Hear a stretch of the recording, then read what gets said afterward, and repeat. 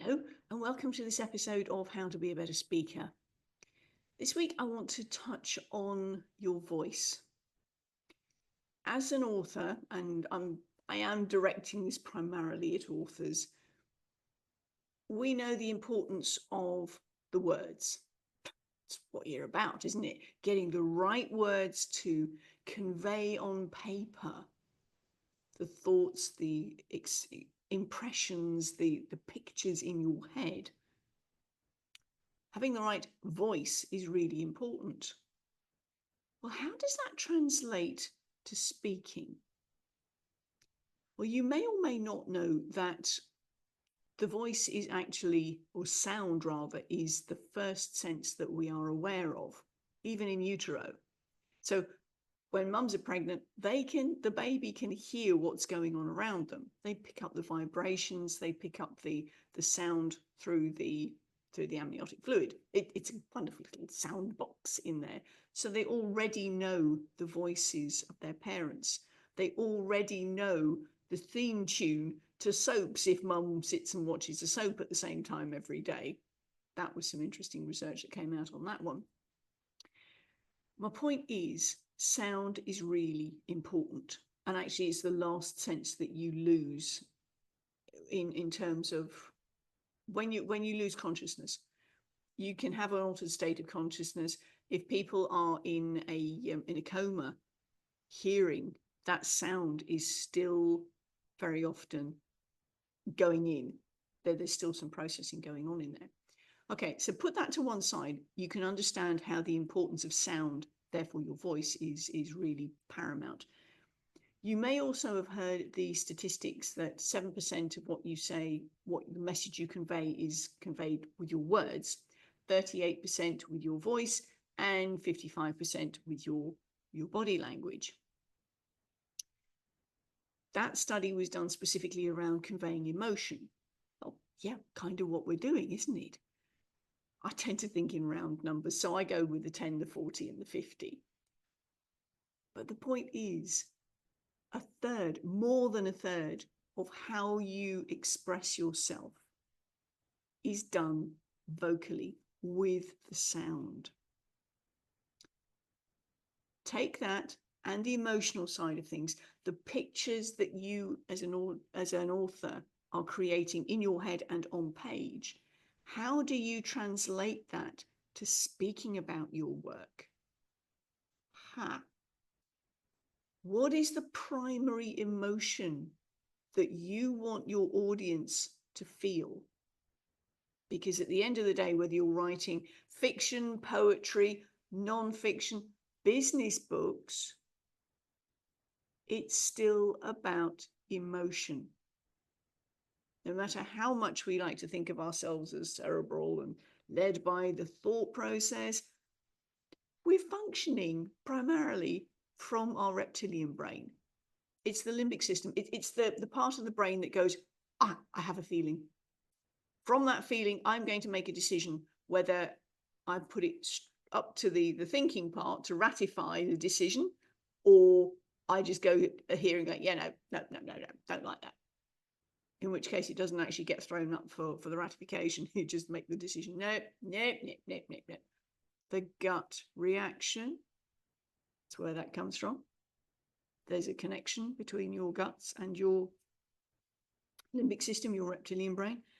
So, excuse me, that's a bit of the technical stuff. What that means in reality, in practicality, is what is the primary emotion you are wanting your audience to get from what you're saying? Is it courage? Is it love? Is it overcoming? What is the primary emotion attached to your words? Keeping on with the theme of sound, I don't know if you know much about music, but there is a bass note. When you have a chord, there is the bass note, and then you put the other notes on top, and you build up sound. Whether you know about the theory of it or not, you know yourself how you are influenced by music. Yeah, you can change your state, how you're feeling, by listening to the blues or listening to something upbeat. If you're a dancer, you can get into the groove or whatever. My point is, we know that music can influence our state, can influence our mood. The same goes with your voice. If you've got the bass note of courage, yes, you will be going off and doing a little bit of a different sound to it, but you're going to come back to that bass note. You're going to go off and dance in a different direction, and you're going to come back to that bass note, that bass emotion, that primary emotion that you want your audience to take away. So my invitation to you this week is to think, what is that primary emotion? Now, I'm about to put out a book, and the primary emotion that I'm looking to convey is courage. So when I'm speaking about it, that level of courage is not exactly through gritted teeth, but there's an element of, ooh, the bravery, the courage, I really don't know what I'm doing, but I'm going to do it anyway. There's that element to it. There's the excitement to it. Can you see where these little nuances are coming in? My bass note is courage, and then I'm adding these things in on top. Now, if I have an air of despondency about me because this is really too hard, I don't know what I'm doing. Are you picking up courage? No, you're not. Now, okay, it's very hard to disconnect the vocal and the visual rather, because that they come as a package. You've got your verbals, your vocals, and your visuals. We'll talk a bit more about visuals next week. My point is, does the sound of your voice convey the emotion, the primary emotion that you want your audience to take away? If you're talking about happiness, are you talking pretty much as a monotone? Because I can tell you that this is something I have actually witnessed. Somebody talking about happiness with a tone like this. And I've gone, would I engage that person as a speaker? Does your bass note, the emotion that you're conveying with your voice, does it carry through to the emotion that you want the audience to take away? That's what I've got for you this week. It's more of something for you to mull over, record yourself, do some practical work on this. Don't leave it to one side, because this really is important. If your audience don't pick up on the quality of what you're saying vocally, you've lost 40% of what you're going to say. Ha! Listen back to it.